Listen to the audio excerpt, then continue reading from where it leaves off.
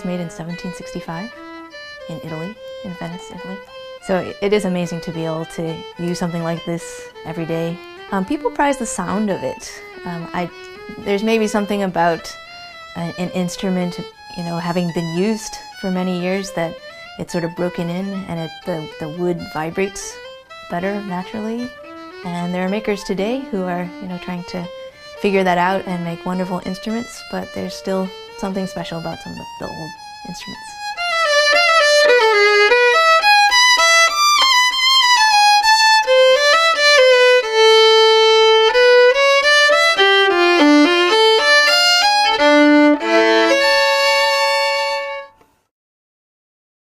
I started violin when I was around 5 years old. My parents thought it was a good idea to have music lessons, like a lot of parents. I'm the youngest in my family, so some of my older siblings had started already, and so I thought I would play also. It was one thing among many that I did growing up, you know, just going to school and taking swimming lessons, things like that.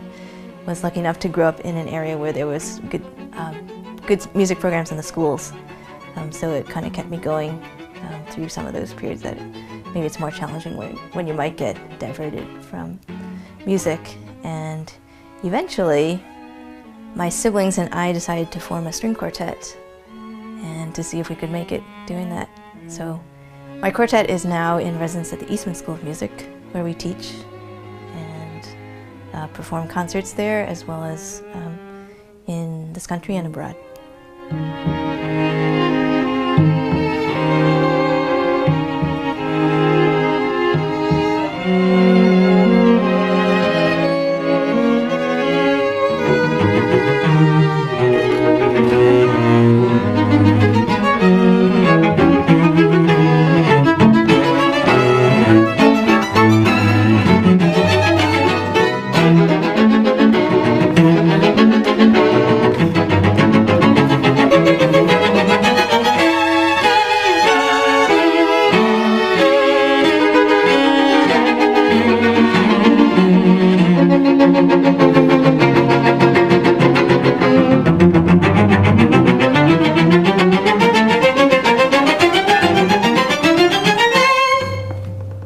Originally, the quartet started as 4 siblings, believe it or not.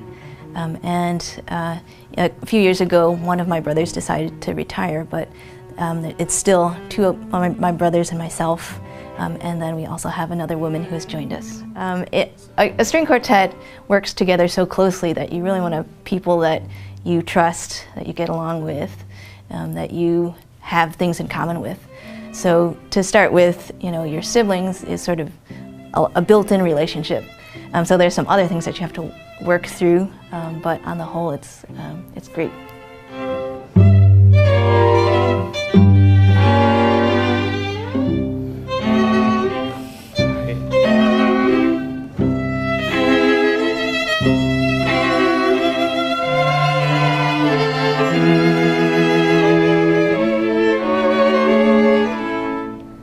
We started out either on piano or violin, and eventually all moved to strings.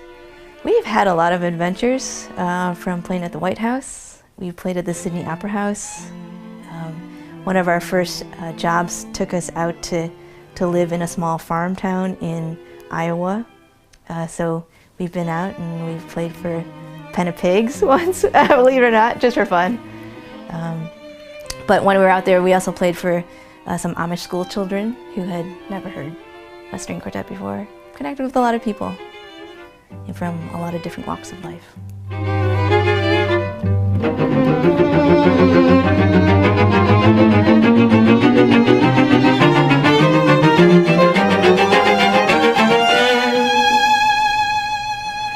In the beginning, it was definitely just to get in shape. It seemed like a fun way to do it. You know, that there was a lot of variety and that it was challenging. I think I discovered that there was more to it than simply fitness, that there was this side of community, that when you work out, it's both you and others pursuing the same goal. Just tuning into maybe the shared experience and the energy you get from, you know, other people and being in sort of in concert with each other.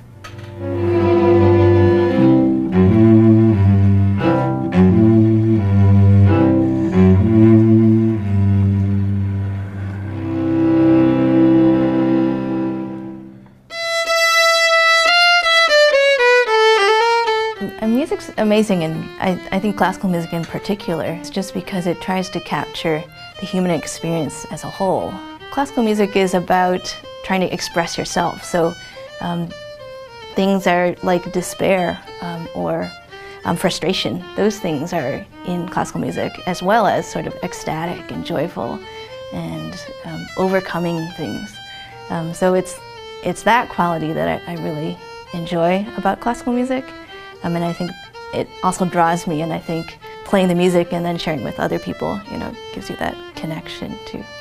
I think the big question for string quartets is just making sure that the art form remains relevant and accessible to people.